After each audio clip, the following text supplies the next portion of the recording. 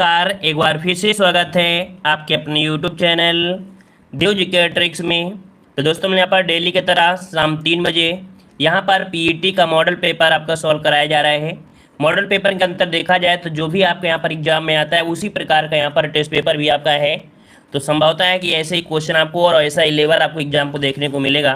तो जितने भी यहाँ पर मॉडल पेपर आपके हम सॉल्व करा रहे हैं तो ये सभी के सभी मॉडल पेपर आप सॉल्व कर लीजिए। साथ में यहाँ पर व्यवस्था की गई है कि आपके एग्जाम में आने वाले जो आपके हिस्ट्री, ज्योग्राफी, पॉलिटी, इकोनॉमिक्स, साथ में करंट अफेयर और आपकी हिंदी, ठीक है ना, ये जो इतना साइंस वगैरह ये है अलग अलग यहाँ पर तैयारी कराई जा रही है, ठीक है ना। तो इनको भी आप प्लेलिस्ट के माध्यम से दे सकते हैं। चलिए काफ़ी लोग यहाँ पर जुड़ चुके हैं। गुड इवनिंग सभी को, गुड इवनिंग। चलिए एक बार लाइक भी कर दीजिए, जितने लोग जुड़ गए हैं एक बार लाइक कर दीजिए। हम लोग क्लास की स्टार्ट करते हैं, ठीक है। चलिए आवाज़ तो आ रही है, आवाज़ आ रही है। चलिए शानदार जबरदस्त बिल्कुल तरीके से यहाँ पर हम सॉल्व करेंगे। चलिए तो क्वेश्चन आपका आज गया है, यहाँ पर दिया गया है, कह रहा है 1764 ईस्वी में ब्रिटिश ईस्ट इंडिया कंपनी द्वारा स्थापित भारत का पहला डाकघर निम्नलिखित में से किस स्थान पर था। चलिए बहुत ही अच्छा क्वेश्चन आपका दिया गया है, तो जल्दी से जवाब दीजिएगा कि 1764 ईस्वी में ब्रिटिश ईस्ट इंडिया कंपनी द्वारा स्थापित भारत का पहला डाकघर निम्नलिखित में से किस स्थान पर यहाँ पर था। चलिए काफ़ी लोग जवाब दे रहे हैं, यहाँ पर आपका डी नंबर दे रहे हैं और इसका राइट आंसर जो आपका बनेगा वो आपका सही जवाब बिल्कुल आ गया है। लॉक कर देते हैं, आपका जवाब यहाँ पर हो जाएगा डी नंबर, आपके बॉम्बे जो कि आपके मुंबई में आपका है। और ये कब, तो यहाँ पर आपका जवाब कौन सा बन जाएगा, ये आपका डी हो जाएगा। कब लगा था, तो ये लगा था आपका 1854 में पहला अखिल भारतीय डाक टिकट भी जारी किया गया था। क्वेश्चन ये भी पूछा जाता है कि पहला अखिल डाक टिकट जो था, है ना, पहला भारतीय डाक टिकट जो जारी किया गया था वो 1854 में। तो दोनों ही पॉइंट आपको यहाँ पर याद रख लेना है, ठीक है। चलिए आते हैं अगले क्वेश्चन को। और क्वेश्चन आपसे अगला पूछा है प्लासी का युद्ध कब लड़ा गया था। चलिए प्लासी का युद्ध कब लड़ा गया था, यहाँ पर जवाब देना है। टू का सही जवाब क्या हो जाएगा। चलिए 1748 को, 1757 को, 1764 या 1782 में। चलिए काफ़ी लोग जवाब दे रहे हैं, यहाँ पर सी नंबर दे रहे हैं और कुछ लोग जवाब दे रहे हैं यहाँ पर आपका बी नंबर। तो देखो 64 तो आपका नहीं होगा, यहाँ पर प्लासी का नाम दिया गया है ना, प्लासी का दिया गया है, यहाँ पर बक्सर नहीं दिया है। तो आपका जवाब क्या हो जाएगा, बी नंबर आपका हो जाएगा। प्लासी का युद्ध आपका लड़ा गया था, है ना, क्लियर है ना। चलिए आगे बढ़ते हैं। क्वेश्चन आपसे अगला पूछा गया है, ब्रिटिश शासन को भारत से उखाड़ फेंकने के लिए इनमें से किसने फ्रांसीसियों की मदद मांगी थी। चलिए बताइएगा, फ्रांसीसियों की जो मदद मांगी थी वो किसने मांगा था। चलिए ब्रिटिश शासन को, देखो ब्रिटिश शासन को भारत से उखाड़ फेंकने के लिए इनमें से किसने फ्रांसीसियों की मदद मांगी थी। यहाँ पर 3 का ऑप्शन आ रहा है, यहाँ पर डी नंबर। तो आपका जवाब बिल्कुल सही आया है। यहाँ पर टीपू सुल्तान, है ना, टीपू सुल्तान ने ही फ्रांस की क्रांति के रूप में यहाँ पर श्रीरंगपट्टनम में स्वतंत्रता का एक वृक्ष भी लगवाया था ना, जैकोबियन क्लब का एक सदस्य भी बना था और अंग्रेजों से युद्ध के लिए नेपोलियन का सहयोग भी मांगा था। तो आपका जवाब क्या हो जाएगा, डी नंबर आपका जवाब राइट हो जाएगा। चलिए आगे बढ़ते हैं। क्वेश्चन आपसे दिया है, आईने अकबरी किसने लिखा है। आईने अकबरी किसने लिखा है, चलिए यहाँ पर जवाब देना है। चलिए काफ़ी लोग यहाँ पर जवाब दे रहे हैं, बहुत ही फास्ट तरीके से जवाब आ रहे हैं। यहाँ पर आपका सी आ गया है, यहाँ पर अबुल फजल, जो कि बिल्कुल जवाब सही है। ये अकबरनामा का ही एक आपका भाग है। तो ऑप्शन क्या हो जाएगा, सी नंबर आपका राइट हो जाएगा, ठीक है। आगे बढ़ते हैं। क्वेश्चन आपका दिया गया है कि निम्नलिखित में से किस मुगल शासक ने अंतोतगत्ता मेवाड़ के शासक महाराणा प्रताप सिंह के पुत्र राणा अमर सिंह से एक समझौता किया। तो देखो यहाँ पर देख सकते हैं महाराणा प्रताप के पुत्र थे कौन, यहाँ पर राणा अमर सिंह थे और इनके साथ समझौता जो किया था वो मुगल शासक कौन था, कौन मुगल शासक था जो संधि किया था। तो यहाँ पर आपका जवाब हो जाएगा डी, जहांगीर ने किया था। किसने किया था, तो आपकी जहांगीर ने किया था। इसका राइट आंसर आपका बनेगा यहाँ पर आपका सी नंबर राइट हो जाएगा, ठीक है ना। ये खुर्रम के जो संघर्ष हुआ ना उसके बाद में आपका हुआ था। चलिए आते हैं अगले क्वेश्चन को। और क्वेश्चन आपसे अगला पूछा गया है कि 1857 के विद्रोह के प्रसिद्ध नेताओं में से एक तात्या टोपे, जिन्हें तांतिया टोपे के नाम से भी जानते हैं, को अंग्रेजों ने 1859 में जो फांसी दिया था कहाँ पर दिया था। चलिए यहाँ पर आपकी हिस्ट्री में हमने यहाँ पर पढ़ाया भी है ना, हिस्ट्री में हमने एक क्वेश्चन पढ़ाया भी था कि यहाँ पर तात्या टोपे को धोखे से फांसी दी गई थी। मान सिंह ने यहाँ पर धोखा दे दिया था, है ना, धोखा दे दिया था और इसे ब्रिटिश साम्राज्य ने इन्हें कह सकते हैं शिवपुरी में, है ना। ऑप्शन क्या बन जाएगा, यहाँ पर शिवपुरी, ऑप्शन आपका बी हो जाएगा। शिवपुरी में 1859 में फांसी दे दी गई थी, है ना। चलिए आगे बढ़ते हैं। क्वेश्चन आपसे अगला पूछा गया है कि 1916 का लखनऊ समझौता महत्वपूर्ण था क्योंकि इसके बाद कांग्रेस ने क्या किया था। चलिए जल्दी से जवाब दीजिएगा, इसी प्रकार के क्वेश्चन हम आपको सॉल्व भी करा रहे हैं, है ना। चलिए काफ़ी लोगों ने यहाँ पर जवाब दिया है यहाँ पर आपका कि मुस्लिम लीग के साथ गठबंधन हो गया था, है ना। बिल्कुल जवाब सही है कि 1916 का लखनऊ समझौता जो हुआ था, इसी में क्या हुई थी, मुस्लिम लीग के साथ समझौता हुआ था, है ना। आपके जवाब हो जाए कौन सा, ए नंबर आपका राइट हो जाएगा। क्लियर हो गया है इतना पॉइंट। मतलब देखा जाए कि एनी बेसेंट ने नरम दल और गरम दल को कांग्रेस के मंच पर पुनः एक साथ लाने का सफल प्रयास कर दिया था। क्लियर है ना। और इसकी अध्यक्षता किया था अंबिका चरण मजूमदार ने किया था, ठीक है, अंबिका चरण मजूमदार ने किया था 1916 कांग्रेस अधिवेशन की अध्यक्षता, ठीक है ना। चलिए आगे बढ़ते हैं। क्वेश्चन आपसे अगला पूछा गया है कि 16 अगस्त 1946 को प्रत्यक्ष कार्यवाही दिवस मनाया गया। चलिए 16 अगस्त 1946 को प्रत्यक्ष कार्यवाही दिवस मनाया गया था, ये किसके द्वारा मनाया गया था, पूछा गया है किसके द्वारा मनाया गया। चलिए जवाब दीजिएगा। चलिए यहाँ पर जवाब आ रहा है ऑप्शन बी, कह रहा है मुस्लिम लीग के द्वारा। देखो यहाँ पर जवाब काफी लोगों ने जवाब दिया है, यहाँ पर बी मुस्लिम लीग के द्वारा प्रत्यक्ष कार्यवाही दिवस मनाया गया था, इसलिए वायसराय ने पंडित जवाहरलाल नेहरू को अंतरिम सरकार बनाने के लिए 12 अगस्त 1946 ईस्वी में ही कह सकते हैं कि प्रस्ताव भी भेजा था, ठीक है। तो चलिए आगे बढ़ते हैं। क्वेश्चन आपसे अगला पूछा गया है कि निम्नलिखित में से किसने बंगाल के विभाजन 1905 के विरोध में हुए आंदोलन का नेतृत्व किया था। तो देख सकते हैं कि जैसे ही बंगाल में विभाजन हुआ, है ना, विरोध हुआ, और इस आंदोलन का जो नेता जो थे वो आपके कौन थे, तो आपका जवाब हो जाए कौन सा, ए नंबर बनेगा सुरेंद्र नाथ बनर्जी। क्या बन जाएगा, सुरेंद्र नाथ बनर्जी आपका जवाब राइट हो जाएगा, ठीक है ना। तो यहाँ पर देखो बंगाल विभाजन से क्वेश्चन आपको लगभग हर बार देखने को मिला है। चलिए आगे बढ़ते हैं। क्वेश्चन आपका दिया है चौरी चौरा जो घटना घटित हुई थी, ये घटना कब घटित हुई थी। चलिए यहाँ पर 10 का जवाब देना है, सभी को पता होना चाहिए इस प्रश्न का जवाब। यहाँ पर जवाब आ रहा है ऑप्शन यहाँ पर आपका बी। देखो डेट याद रखिएगा क्योंकि 1922 तो सभी को पता है ना, 1922 तो आप सभी को पता रहेगी, लेकिन एग्जामिनर भी इतना बेवकूफ़ नहीं होता है, वो इसी प्रकार से आपके ऑप्शन रखता है। तो देखो ऑप्शन बी हो जाएगा 5 फरवरी। कब, 5 फरवरी 1922 आपका हो जाएगा, जो कि चौरी चौरा घटना कहाँ पर, तो आपके गोरखपुर जिले में, है ना। चलिए आगे बढ़ते हैं। क्वेश्चन दिया है धुंध जो नमी के बड़े कणों से बना है, विज्ञान का क्वेश्चन दिया है धुंध जो नमी के बड़े कणों से बना है क्या कहलाता है, इसे क्या कहते हैं, इसे कोहरा बोलते हैं। क्या बोलते हैं, कोहरा बोलते हैं। इसका राइट आंसर आपका बनेगा ए, कोहरा हो जाएगा।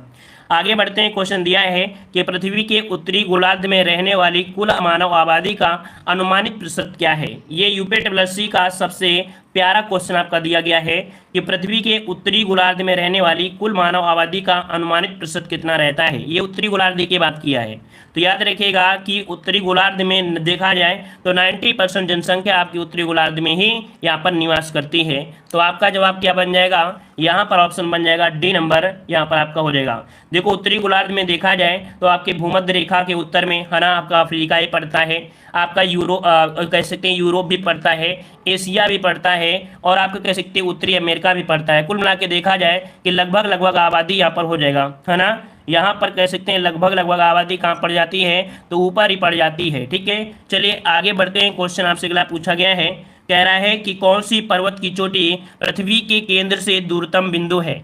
यहाँ पर आपसे पूछा गया है, कहीं कहीं यहाँ पर कह सकते हैं 80 भी दिया गया है ना, इसको एक बार फिर और आप इसको देख लीजिएगा क्योंकि इसमें से कहीं कहीं आपको दिया गया है इसमें से, तो इसको एक बार और देख लिया जाएगा अच्छे से। अगले मॉडल पेपर में से हम जिक्र इसका कर देंगे और अच्छी तरीके से, ठीक है ना। चलिए आगे बढ़ते हैं। क्वेश्चन आपसे अगला दिया गया है कि कौन सी पर्वत की चोटी पृथ्वी के केंद्र से दूरतम बिंदु पर है।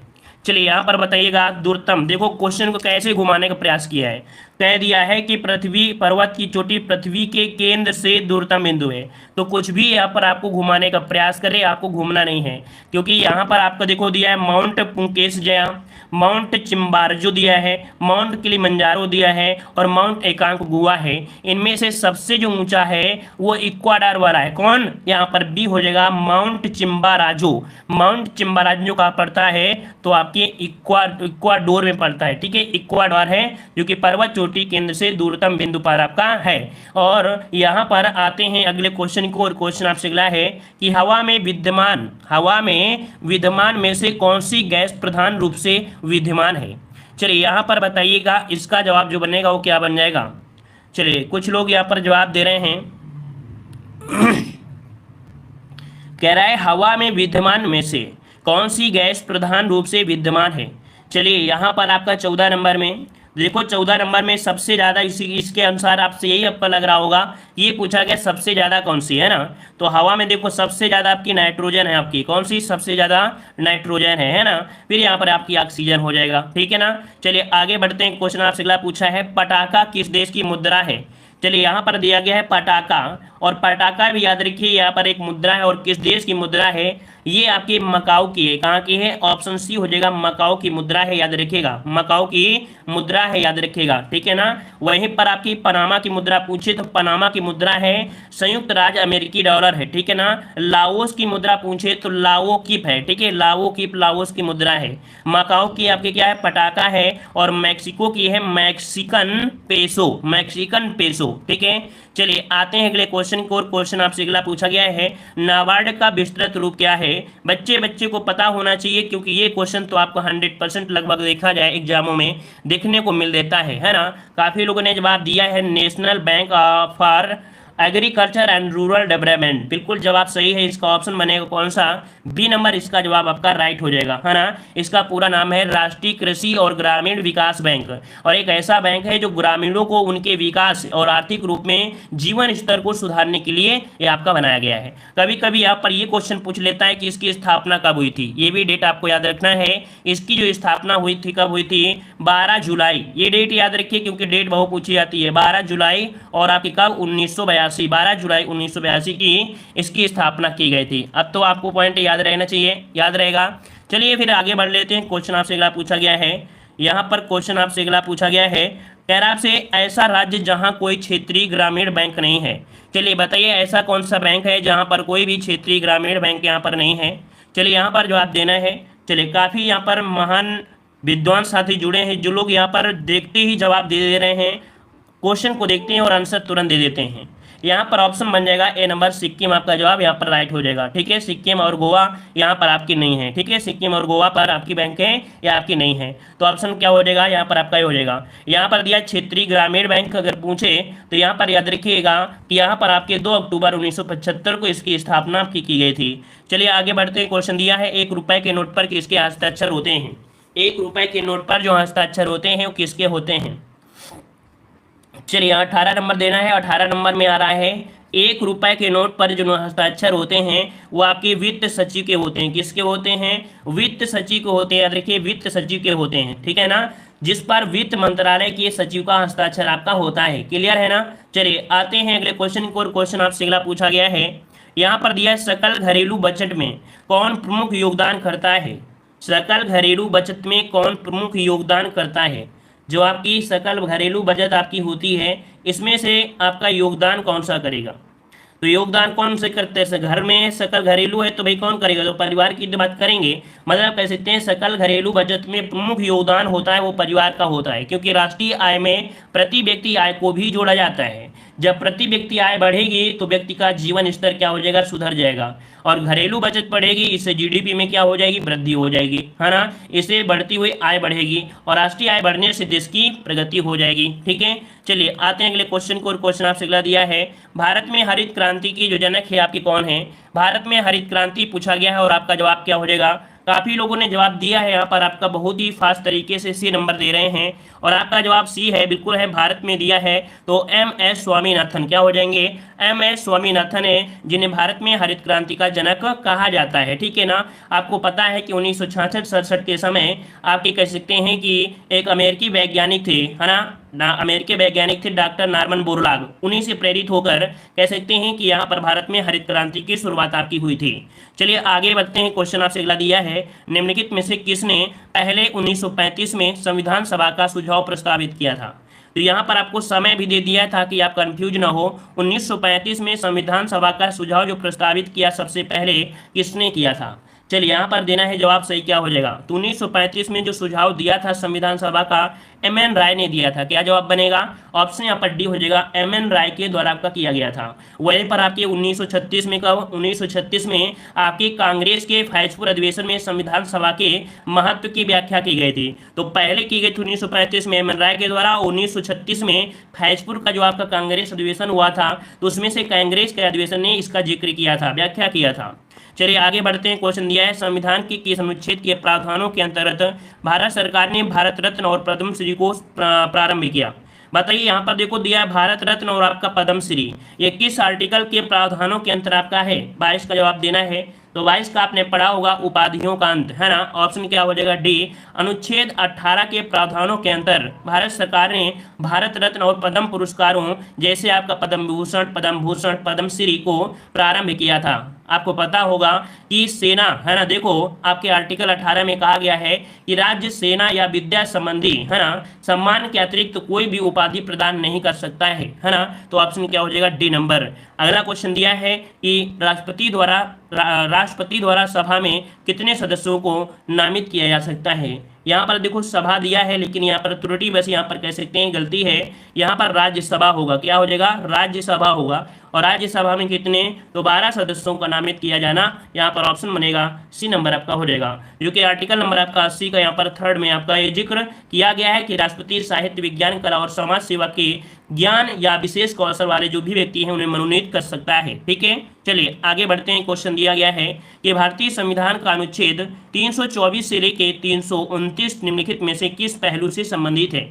तो यहाँ पर आपको जैसे आपके दिमाग में आता है 324, अब आपके दिमाग में घूमने लगा होगा कि भाई 324 में तो यहाँ पर आपका क्या है? चुनाव से संबंधित है। किससे है? चुनाव से संबंधित है। चुनाव से संबंधित है, जो कि भाग 15 में किसमें है? तो आपके भाग 15 में दिया गया है ना। भाग 15 में चुनाव से संबंधित आपका दिया गया है, निर्वाचन आयोग का प्रावधान किया गया है। चलिए आगे बढ़ते हैं। क्वेश्चन दिया है कि भारत के मुख्य निर्वाचन आयुक्त की सेवानिवृत्ति की जो आयु है वो कितनी है? बताइए, जो आपका मुख्य निर्वाचन आयुक्त होता है उसे सेवानिवृत्त मतलब जो रिटायरमेंट होते हैं वो कितने उम्र में आपकी होते हैं? चलिए, तो यहाँ पर आपका जवाब है 25 नंबर में, और 25 का ऑप्शन यहाँ पर बन जाएगा बी नंबर 65 वर्ष। क्या बन जाएगा? 65 वर्ष आपका हो जाएगा। 6 वर्ष या 65 वर्ष आपका जो मिल जाता है, मतलब उम्र अगर हो जाती है तो 6 वर्ष की क्योंकि कार्यकाल होता है ना, तो पहले ही चले जाएंगे, और नहीं होता है तो 65 वर्ष में तो चले ही जाएंगे। चलिए आते हैं अगले क्वेश्चन को। और क्वेश्चन दिया है मनुष्य में कितनी जोड़ी स्पाइनल तंत्रिकाएं होती हैं? चलिए यहाँ पर बताइए, स्पाइनल तंत्रिकाएं आपको दिया गया है। कुल मिला के आपका देखा जाए तो आपकी जो मेडुला होता है, क्या मेडुला ऑब्लोंगेटा होता है, उसके पिछले भाग में ही मेरुरज्ज बनाता है। तो यहाँ पर आपका जवाब हो जाएगा 31। कितना हो जाएगा? 31 जोड़ी मेरुरज्ज या रीढ़ की तंत्रिकाएं होती हैं। क्या बोलते हैं इन्हें? यहाँ पर जो स्पाइनल तंत्रिकाएं इन्हें बोलते हैं क्या है? मेरुरज्ज, ये कह सकते हैं रीढ़ तंत्रिकाएं बोला जाता है। ठीक है ना। और 12 जोड़ी होती हैं कपाल होती हैं। ठीक है, तो ऑप्शन आपका हो जाएगा बी। अगला क्वेश्चन दिया है कि रेटिना पर नेत्र द्वारा जो निर्मित प्रतिबिंब होता है कैसा होता है? जो आपकी आंख है ना, और आंख में जो रेटिना होती है उसमें जो प्रतिबिंब बनता है वो कैसा प्रतिबिंब बनता है? तो यहाँ पर देखो बनता है वास्तविक बनता है, और उल्टा और छोटा बनता है। तो आपका जवाब क्या बन जाएगा? ए नंबर आपका जवाब राइट हो जाएगा। क्वेश्चन कभी कभी ये भी पूछ लेता है छोटे से छोटे लेवल में कि जो मानव नेत्र की न्यूनतम जो दूरी होती है वो आपकी कितनी होती है? तो 25 सेंटीमीटर आपकी होती है ना। 25 सेंटीमीटर की दूरी से आप पढ़ाई करिए, कभी भी आपकी आंख में दिक्कत नहीं होगा पढ़ने से। ठीक है, अगला है रक्त का पीएच मान जो होता है कितना होता है? रक्त का पीएच मान पूछा गया है, रक्त का पीएच मान। चलिए यहाँ पर देखो रक्त होता कैसा है, सबसे पॉइंट आपकी बात आती है, रक्त होता कैसा है? अम्लीय होता है या क्षारीय होता है? अगर अम्लीय होगा, है ना, तो ऐसा तो है नहीं है, क्षारीय होता है। रक्त होता है कैसा? यहाँ पर क्षारीय होता है, और क्षारीय है इसका मतलब यहाँ पर जवाब क्या बन जाएगा? तो कुछ लोग जवाब दे रहे हैं सी नंबर। हाँ बिल्कुल सही है, क्षारीय है, इसका मतलब है 7 के आगे ही होगा, तो 7 पॉइंट आपका 4 हो जाएगा। और हमने बताया था रक्त में क्या होता है? सच्चा आंसू। क्या होता है? रक्त एक होता है सच्चा और आपका झूठा होता है, तो 7 पॉइंट आपका सच्चा, है ना, 7 4 सच्चा आपका हो जाएगा सी नंबर। अगला क्वेश्चन दिया गया है निम्नलिखित किसमें से कार्बन नहीं होता है? बताइए किसमें से कार्बन किसमें नहीं होता है? डायमंड दिया है, ग्रेफाइट दिया है, कोयला दिया है, इनमें से कोई नहीं दिया है। तो इस प्रश्न में देखते हैं कि कितने लोग इस प्रश्न को सही जवाब दे पाएंगे। चलिए यहाँ पर सही जवाब आ रहा है 29 नंबर में आपका जवाब डी आ रहा है, लेकिन अभी तक यहाँ पर एक ही स्टूडेंट हैं जिन्होंने दिया है ए नंबर। तो देखो यहाँ पर कुछ लोग जवाब ए दे रहे हैं और कुछ जवाब यहाँ पर डी दे रहे हैं और कुछ लोग जवाब बी देने लगे हैं। याद रखिएगा कार्बन जो आपका डायमंड है ना, ग्रेफाइट है, कोयला है, तो आपके पूर्ण रूप से क्या होते हैं? कार्बन ही होते हैं। तीनों ही कार्बन क्या होते हैं, अपर रूप होते हैं, है ना। इसमें तो 100% आपका कवरन होता है, अगर कोई चाट भी लेना तो वो मर जाएगा। तो इसका मतलब यहाँ पर ऑप्शन क्या हो जाएगा, ग्रेफाइट, सॉरी इनमें से कोई नहीं, ऑप्शन डी इसका जवाब हो जाएगा, इनमें से कोई नहीं। ठीक है, चलिए आगे बढ़ते हैं। क्वेश्चन आपसे अगला पूछा गया है, कह रहे हैं स्वस्थ मनुष्य का जो तापक्रम होता है कितना होता है। स्वस्थ मनुष्य का तापक्रम जो होता है कितना होता है। चलिए यहाँ पर 30 का जवाब देना है 30 नंबर में। तो याद रखिएगा यहाँ पर दिया गया है 31 degree centigrade, 98.6 degree centigrade, 37 degree centigrade और 39 डिग्री सेंटीग्रेड। अब यहाँ पर बताइए, देखते हैं कि यहाँ पर सही जवाब क्या बनेगा। तो ऑप्शन आ रहा है यहाँ पर 30 का बी दे रहे हैं, काफ़ी सारे स्टूडेंट बी दे रहे हैं, लेकिन आपको बता दें आप जवाब तो बी दिया है, सही दिया है, लेकिन गलत दिया है। क्यों? क्योंकि यहाँ पर सेंटीग्रेड दिया है, ना कि फ़ारेनहाइट। अगर फ़ारेनहाइट होता तो हम बी को लगाते। यहाँ पर पूछा गया है सेंटीग्रेड, सब जो यूनिट है वो सेंटीग्रेड है, और सेंटीग्रेड कहाँ पर है, ये है। तो याद रखिए 37 सेंटीग्रेड को ही हम लोग 98.6 फ़ारेनहाइट कहते हैं। तो इसका ऑप्शन क्या बनेगा, यहाँ पर सी नंबर आपका बनेगा, 37 डिग्री सेंटीग्रेड होगा। फ़ारेनहाइट नहीं पूछा है साथियों, यहाँ पर पूछा है क्या, सेंटीग्रेड पूछा है। क्लियर हो गया ना। चलिए आगे बढ़ते हैं। क्वेश्चन आपसे अगला पूछा गया है कि एक परीक्षा में 35% छात्र पास हुए और 455 छात्र फेल हुए, तो परीक्षा में कितने छात्र आपके बैठे थे। जब भी कभी एग्जाम में ऐसा क्वेश्चन पूछा जाए कि 35% क्या हुए छात्र पास हुए, तो पास का उल्टा क्या हो जाएगा, फेल हो जाएगा। क्या हो जाएगा, पास का उल्टा फेल होता है। अब ये 35% तो पास हो गए हैं, बच्चे कितना है, तो आपके 65% बच्चे हैं। कितने हैं, 65% बच्चे हैं। टोटल बच्चे कितने हैं, तो 455 यहाँ पर टोटल बच्चे आपके थे। ठीक है ना। अब यहाँ पर 1% निकालेंगे तो क्या होगा कि 400 है ना, क्या बन जाएगा, 455 बटे कितना हो जाएगा, 65 आपका हो जाएगा। और यहाँ पर आपको 100% निकालना है, तो 100 यहाँ पर गुणा कर देंगे। जब 100 गुणा करेंगे तो आपका निकल कर आएगा यहाँ पर 700 निकल गया। इसका आंसर क्या बनेगा, बी नंबर। आसानी से सॉल्व कर सकते हैं। चलिए आगे बढ़ते हैं। क्वेश्चन आपका दिया गया है कि यदि किसी संख्या के 60%, जैसे बोले किसी संख्या, तो माना कोई संख्या क्या है, यहाँ पर x है, क्या दिया है 60%, तो 60 के यहाँ पर 100 कर दीजिए, और इसके बाद यहाँ पर 35 दिया है, क्योंकि का दिया गया है, तो 35 कर दीजिए और बटे 100 कर दीजिए। यहाँ पर काट पीट लीजिएगा और आपका आंसर यहाँ पर सामने मिल जाएगा, लगभग 50 इसका जवाब निकल आ जाएगा। लेकिन बराबर कितना है, बराबर है 10.5। कितना, 10.5 यहाँ पर बराबर कर लीजिएगा, इसके बाद सॉल्व कर लीजिएगा। यहाँ पर कैसे करना है ये हम आपको बता देते हैं, और आगे आप कर लीजिएगा।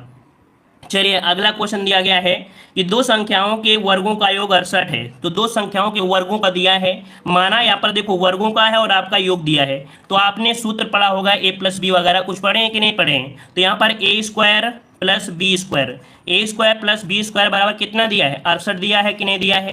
फिर दूसरा पॉइंट पढ़िए, उसके अंतर का वर्ग 36 है। अब अंतर यहाँ पर देखो योग दिया है, अब अंतर का वर्ग दिया है, तो a करिए और -b करिए, और पूछा है वर्ग, देखो यहाँ पर दिया उनके अंतर का वर्ग कितना है, 36 है। अब आपने एक सूत्र पढ़ा होगा, क्या पढ़ा होगा, a² + b² - 2ab, है ना, ये दिया है ना। टोटल कितना दिया है, 36 दिया है। ठीक है ना, यहाँ पर कह सकते हैं कितना, 36। अब यहाँ पर देखो ये वाला मान उठाकर यहाँ पर रख दीजिएगा, और इसके बाद इसका भाग यहाँ पर दीजिएगा, आराम से सॉल्व कर पाएंगे। इसको भी आप कर लेंगे अगले क्वेश्चन की ओर, क्योंकि मैथ वाले सर आएंगे, रीजनिंग और मैथ वो पढ़ाएंगे। ठीक है, हम पढ़ाएंगे तो थोड़ा सा बड़ा हो सकता है, वो पढ़ाएंगे ट्रिक से बताएंगे। ठीक है, चलिए बताइएगा 36 नंबर कि सागर की आग के लिए प्रयुक्त होने वाला जो शब्द है आपका कौन सा है। चलिए फटाफट जवाब देते रहिए, बताइएगा सागर की आग के लिए प्रयुक्त होने वाला जो शब्द है आपका कौन सा है। यहाँ पर आपका जवाब आ रहा है बड़वाग्नि। कई बार आपने पढ़ा है, और ऑप्शन क्या हो जाएगा, सी नंबर आपका हो जाएगा, बड़वाग्नि हो जाएगा, है ना, बड़वाग्नि हो जाएगा, है ना। दावाग्नि बोलते हैं जो जंगल में लगती है आग, है ना, और जठराग्नि बोलते हैं जो आपके पेट में लगती है आग, बतासा खाने के बाद, है ना, तो वो आपकी होती है जठराग्नि होती है। चलिए आगे बढ़ते हैं। क्वेश्चन दिया है मनोरथ का संविच्छेद बताना है। मनोरथ का संविच्छेद आपको बताना है। यहाँ पर देखो दिया है मनोरथ, और ओ की मात्रा है, आपकी विसर्ग संधि भी दिया है, तो आपका जवाब क्या हो जाएगा कि ओ को हटा दीजिए और विसर्ग के साथ आपको जोड़ देना है। तो ऑप्शन आपका बन जाएगा यहाँ पर मना धन रथ, ऑप्शन क्या बन जाएगा, ए नंबर। अगला क्वेश्चन दिया है नाक रगड़ना का अर्थ क्या होता है। नाक रगड़ना का अर्थ क्या होता है। नाक रगड़ना में कह रहे हैं नाक में चोट लगना, ऐसा तो होगा नहीं है, इज्जत देना या दीनता पूर्वक प्रार्थना करना। देखो ऑप्शन सी हो जाएगा, दीनता पूर्वक प्रार्थना करना, आपका जवाब बिल्कुल राइट आ रहा है। चलिए आगे बढ़ते हैं। क्वेश्चन दिया गया है कि आचार्य रामचंद्र शुक्ल का निबंध संग्रह इनमें से है।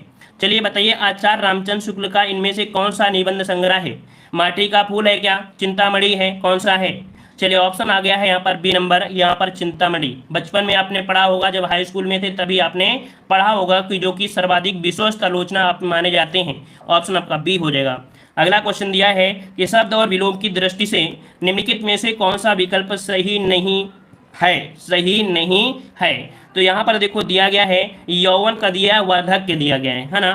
फिर दिया है लोलुप का दिया है, संतुष्ट दिया है। यहाँ पर विश्लेषण का दिया है विवेचन। तो जिस प्रकार से विश्लेषण कर रहे हैं उसी प्रकार से क्या हो जाएगा, यहाँ पर आपका हो जाता है विवेचन दिया है। तो देखो विश्लेषण का होता क्या है विलोम? संश्लेषण होता है। क्या होता है? संश्लेषण होता है। तो भाई संश्लेषण तो आपका दिया नहीं गया है, दिया है विवेचन, ये तो पर्याय हो गया। इसका मतलब गलती कहाँ पर है? सी नंबर में। विश्लेषण का पर्याय जो होता है विलोम वो होता है संश्लेषण होता है। क्या होता है? संश्लेषण होता है। तो ऑप्शन सी नंबर आपका यहाँ पर गलत। आगे बढ़ते हैं, क्वेश्चन दिया है सशस्त्र सेना वेटरन्स डे जो मनाया जाता है कब मनाया जाता है? देखो यहाँ पर एक डे दिया गया, कौन सा डे है? ये दिया है सशस्त्र सेना वेटरन्स डे। ये मनाया जाता है कब?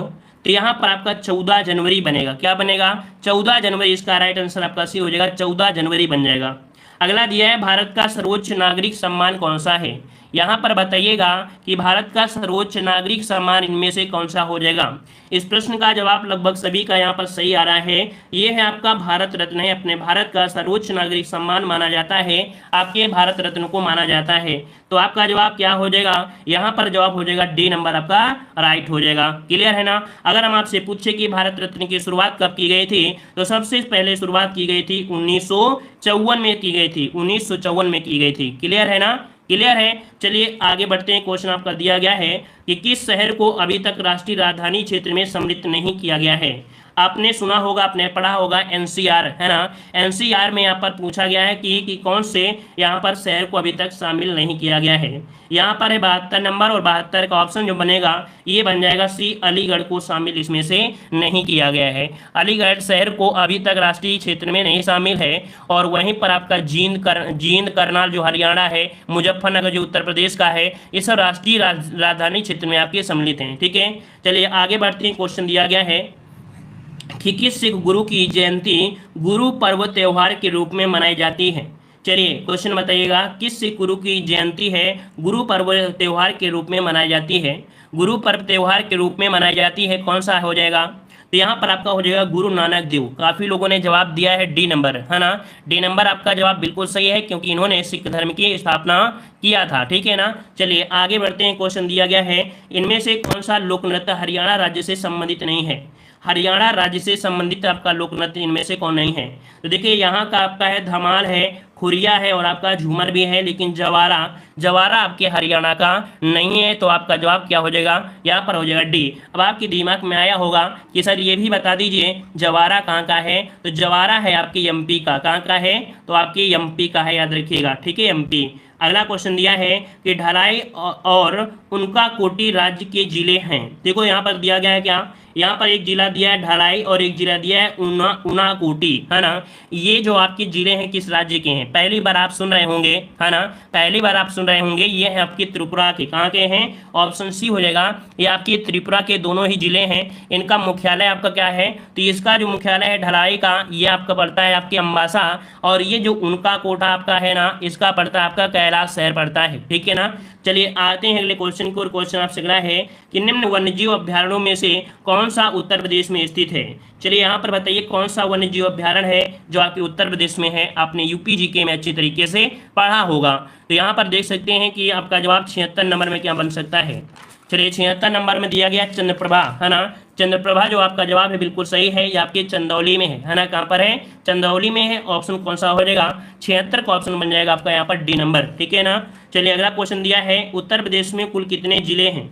चलिए उत्तर प्रदेश में कुल कितने जिले हैं आपको बताना है 77 नंबर में। सभी को पता होना चाहिए। चलिए यहाँ पर आपका जवाब आ रहा है, यहाँ पर बी नंबर 75 जिले हैं। कितने हैं? 75 जिले हैं। और अगर मंडल पूछता है तो मंडल कितने हैं? तो 18 मंडल हैं। राजधानी पूछे तो क्या बताओगे? लखनऊ इसकी राजधानी है। ठीक है। अगला क्वेश्चन दिया है कि भारत की पहली महिला ओलंपिक खिताब जीतने का नाम जो है वो किसके पास है? भारत की पहली महिला जो जिसने ओलंपिक खिताब विजेता आपकी बनी थी, इनका नाम क्या है? चलिए 78 का जवाब भी दे दीजिए जल्दी से। यहाँ पर 78 का ऑप्शन आ रहा है, यहाँ पर आपका डी कर्दम मल्लेश्वरी। कौन है भाई? कर्दम मल्लेश्वरी हैं, जिन्होंने भारोत्तोलन में यहाँ पर कह सकते हैं कि भारोत्तोलन में इन्होंने कांस्य पदक जीता था। ऑप्शन क्या हो जाएगा? यहाँ पर डी हो जाएगा, ठीक है ना। 69 kg वर्ग में इन्होंने जीता था। और अगला क्वेश्चन दिया है कि लोकसभा में शून्यकाल की अवधि अधिकतम से अधिकतम कितनी हो सकती है? चलिए यहाँ पर 79 का जवाब दीजिए। शून्यकाल शब्दावली जो आपसे पूछा गया है, शून्यकाल, ये शब्दावली आपकी ली गई है कहाँ से? आपके भारत से ही लिया गया है। कहाँ से? भारत से लिया गया है, ठीक है ना। और ये पूछा गया है कितनी हो सकती है, तो 1 घंटे की अवधि हो सकती है। यहाँ पर आपका जवाब क्या हो जाएगा? ऑप्शन बनेगा बी नंबर, अधिकतम कितनी हो सकती है? 1 घंटा हो सकती है। वैसे जो ब्रेक लिया जाता है तो 15 मिनट का ब्रेक होता है, उसी 15 मिनट में ही हो जाता है। लेकिन अगर मैक्सिमम आपका हो गया तो आपका 1 घंटा हो सकता है, ठीक है ना। चलिए आगे बढ़ते हैं। क्वेश्चन दिया है राज्यसभा में मनोनीत सदस्यों की जो कुल संख्या है वो आपकी कितनी है? राज्यसभा में मनोनीत सदस्यों की जो संख्या है वो आपकी कितनी है? तो चलिए यहाँ पर आपका जवाब देना है। कुछ लोग जवाब दे भी दिए हैं। यहाँ पर आपका जवाब बने कौन सा? यहाँ पर डी 12 है। कितनी है भाई? 12 है। याद रखिएगा कि राज्यसभा में सदस्यों की संख्या वैसे कितनी होती है? 245 होती हैं, जिसमें 12 सदस्य होते हैं जो कि राष्ट्रपति द्वारा मनोनीत किए जाते हैं। और राज्यसभा बनने के लिए 30 वर्ष का होना जरूरी है। कार्यकाल होता है कितने? 6 वर्ष का आपका होता है। और प्रत्येक यहाँ पर कह सकते हैं कि 1/3 है ना, प्रत्येक 1/3 क्या होते हैं? 2 साल बाद क्या होते हैं? निकाल दिए जाते हैं, दूसरे आ जाते हैं, सेवानिवृत्त हो जाते हैं। कितने? 1/3, 2 वर्ष बाद ऑनर पुरस्कार देने की घोषणा की गई है। तो दोस्तों यहाँ पर आपका आंसर जो हो जाएगा कौन सा हो जाएगा? तो ऑप्शन बनेगा आपका B number, doctor Manmohan Singh को लाइफ टाइम अचीवमेंट ऑनर पुरस्कार देने की घोषणा की गई है। ऑप्शन बी इसका राइट हो जाएगा।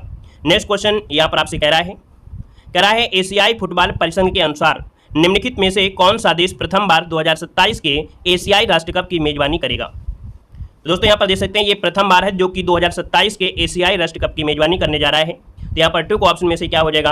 तो ऑप्शन बनेगा आपका ये नंबर सऊदी अरब, इसका राइट हो जाएगा। सऊदी अरब इसका आंसर है, राइट हो जाएगा। आगे बढ़िए। क्वेश्चन आपसे अगला पूछा गया है निम्नलिखित में से किस आयोग या संस्थान ने फरवरी 2023 में बाल मित्र नामक एक व्हाट्सएप चैटबॉट लॉन्च किया है?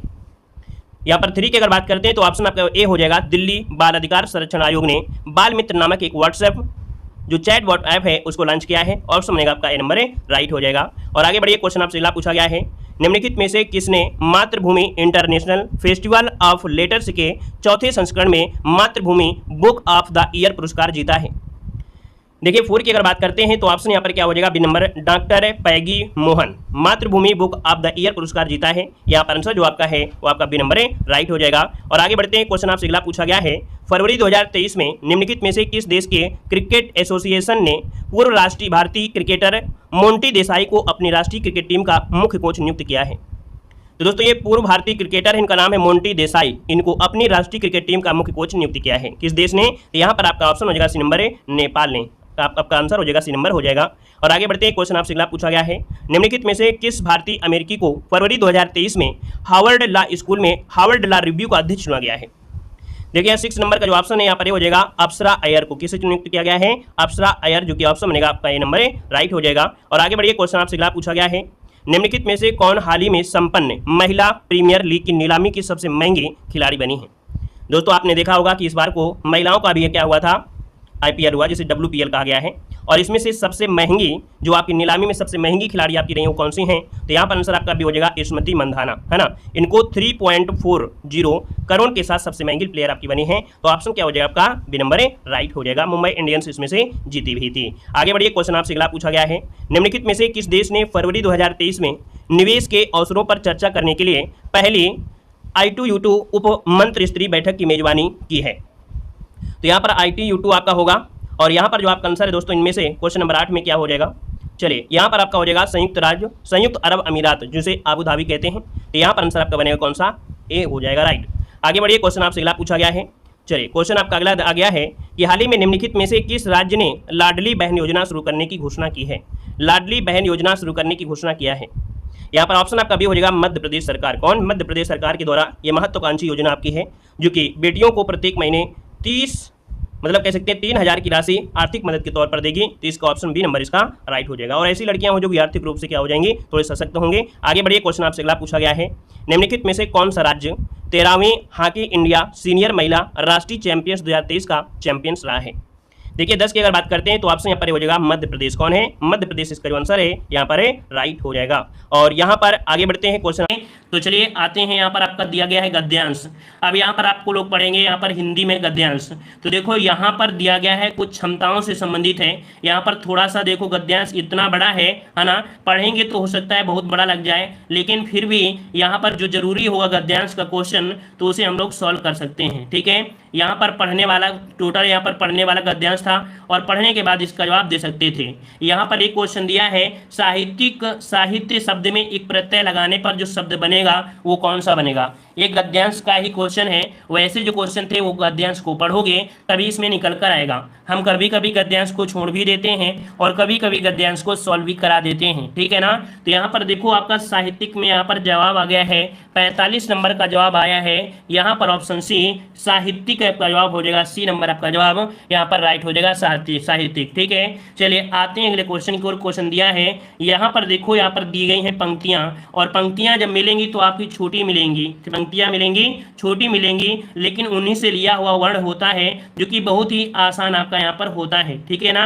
तो चलिए यहाँ पर जो पंक्ति से रिलेटेड है उनको हम देख लेते हैं। यहाँ पर एक पंक्ति दी है कि इस वाक्य में नाद सौंदर्य की दृष्टि से कौन सा विकल्प आपको उपयुक्त हुआ है। मतलब ये आपकी इसी में आपको दिया गया था और इसमें जो आपका ये वर्ड मिलेगा उसमें से एक अलंकार आपका बनता है। ये अलंकार तो आपका अंत्यानुप्रास था, इन पंक्तियों में ही आपका था। ठीक है ना। और यहाँ पर कह सकते हैं कि कवि ने सुख और दुख का साम्य किनसे बताया है।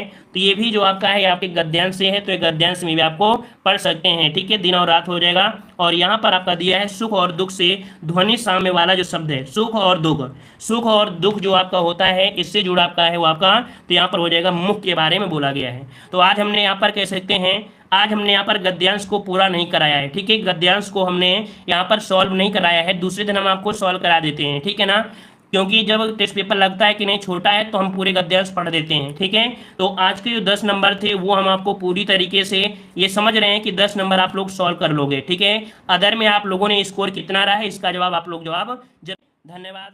जय हिंद।